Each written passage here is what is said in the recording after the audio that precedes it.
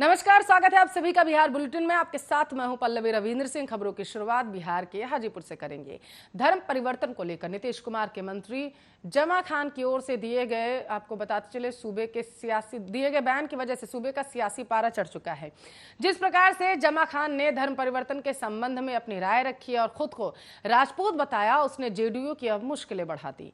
RJD ने जमा खान के बयान को लेकर जेडीयू पर निशाना साधा। बिहार के मुख्य विपक्षी पार्टी ने जेडीयू पर आरएसएस की बोली बोलने का आरोप लगाया। आरजेडी के प्रदेश महासचिव साजिद जमाल ने कहा, जो जमा खान का बयान आया है, आज से 2-3 दिनों पहले आरएसएस प्रमुख मोहन भागवत का भी सेम वैसा ही बयान था।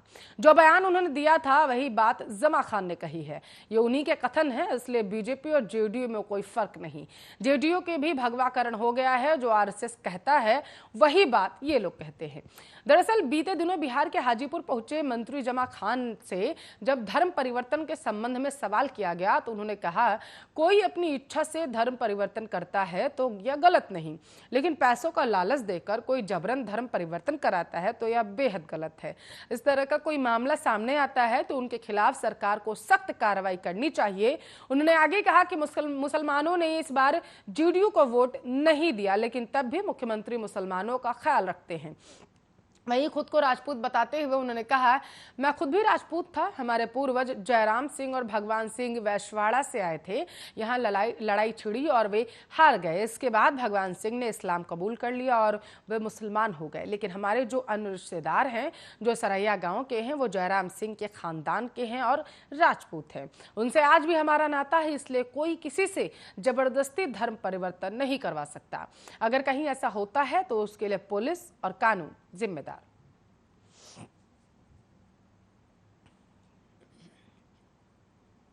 पटना का रुख करेंगे। आरजेडी के कद्दावर नेता जगदानंद सिंह के पार्टी के प्रदेशाध्यक्ष पद से इस्तीफा देने की खबर ने सूबे का सियासी पारा चढ़ा दिया। अब तक पार्टी की ओर से इस बात की पुष्टि नहीं की गई है, लेकिन अब तेज प्रताप यादव ने सामने आकर इस बात का खंडन कर दिया। शनिवार को हसनपुर जाने के दौरान मीडिया से मुखातिब होते हुए तेज प्रताप से जब जगदानंद सिंह के इस्तीफे के संबंध में पूछा गया तो उन्होंने कहा कि ऐसी कोई बात नहीं है, उन्होंने इस्तीफा नहीं दिया है। मालूम हो कि शुक्रवार को ऐसी खबर सामने आ रही थी कि आरजेडी के वरिष्ठ नेता और लालू यादव के बेहद करीबी जगदानंद सिंह ने पार्टी के प्रदेशाध्यक्ष के पद से इस्तीफा दे दिया। स्वास्थ्य कारणों का हवाला देकर उन्होंने पार्टी पद से इस्तीफा की पेशकश की है। हालांकि अब तक प्रदेशाध्यक्ष के इस्तीफे को मंजूर नहीं किया गया। सूत्रों की माने तो लालू यादव ने अभी उन्हें पद पर बने रहने को कहा है। और गौरतलब है, लालू यादव के बड़े बेटे तेज प्रताप यादव लंबे समय से जगदानंद सिंह को टारगेट कर रहे थे। पार्टी के 25वें स्थापना दिवस के अवसर पर उन्होंने भरे मंच पर इशारों में प्रदेशाध्यक्ष पर निशाना साधा था। इस बात से जगदानंद काफी नाराज चल रहे थे। भले ही इस्तीफे के लिए उन्होंने स्वास्थ्य कारणों का हवाला दिया, लेकिन ऐसा माना जा रहा है कि तेज प्रताप के रवैये से नाराज होकर उन्होंने ऐसा किया।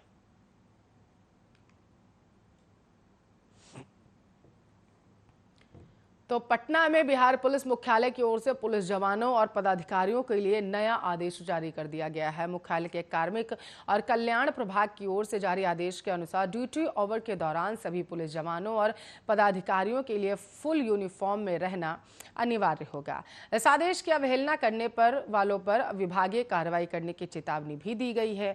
बिहार पुलिस के डीजीपी एसके सिंघल की ओर से शुक्रवार को जारी पत्र में कहा गया है कि पुलिस सेवा एक विशिष्ट प्रकार की सेवा है, जिसमें कर्मियों की शारीरिक और मानसिक क्षमता, पेशेवर दक्षता जैसे आंतरिक गुणों के साथ साथ उनके बाह्य अनुशासित गतिविधियों का भी विशेष रूप से महत्व होता है।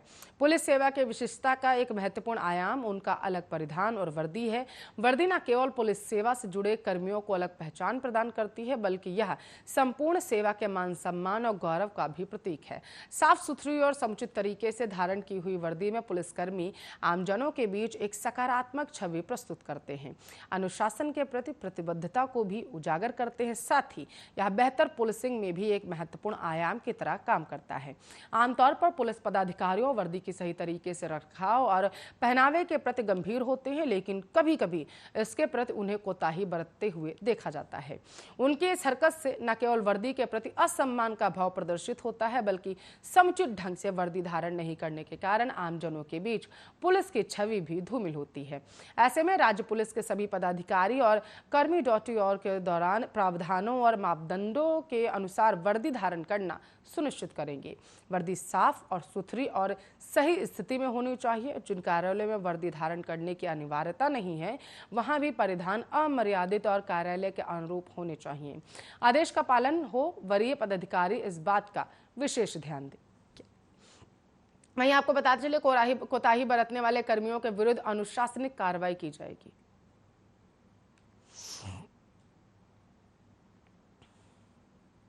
तो पटना के बाद गोपालगंज का रुख करेंगे। बिहार के मुख्यमंत्री नीतीश कुमार की पार्टी जेडीयू के पूर्व विधायक मंजीत सिंह शनिवार को घर वापसी करने वाले हैं। पटना स्थित जेडीयू कार्यालय में सीएम नीतीश कुमार की उपस्थिति में दोबारा जेडीयू में शामिल होंगे। पार्टी कार्यालय में मिलन समारोह कार्यक्रम का आयोजन किया जाएगा। वहां से दोबारा जेडीयू की सदस्यता वो ग्रहण कर लेंगे। बता दें कि मंजीत सिंह बैकुंठपुर के पूर्व विधायक हैं। वो 2 बार जेडीयू से विधायक रहे हैं, लेकिन इस बार बैकुंठपुर से बीजेपी के टिकट पर मिथिलेश तिवारी को उम्मीदवार बनाया गया था, जिसके बाद मंजीत ने जेडीयू छोड़कर निर्दलीय चुनाव लड़ा था। हालांकि वो चुनाव हार गए थे, तब से ही उनके जेडीयू में वापसी के कयास लगाए जा रहे थे। इसी बीच 1 जुलाई को सोशल मीडिया प्लेटफॉर्म पर तेजस्वी यादव के साथ आए मंजीत सिंह की फोटो ने जेडीयू में खलबली मचा दी। ये दावा किया गया था कि वे 3 जुलाई को आरजेडी में शामिल होंगे, लेकिन अब मंजीत दोबारा जेडीयू में शामिल हो गए। इस संबंध में मंजीत सिंह ने कहा है कि वे आज अपने राजनीतिक पिता नीतीश कुमार से मिलने जा रहे हैं। वे वनवास में थे, लेकिन आज वनवास खत्म हो चुका है। पूर्व विधायक ने कहा है कि उन्होंने कभी आरजेडी में कभी शामिल होने के लिए तेजस्वी यादव से मुलाकात नहीं की थी, बल्कि वे उन्हें जयप्रकाश नारायण के पुस्तक को भेंट करने गए थे, ताकि राजद के लोग भी जयप्रकाश के आदर्शों पर चलें। यह एक शिष्टाचार भेंट थी।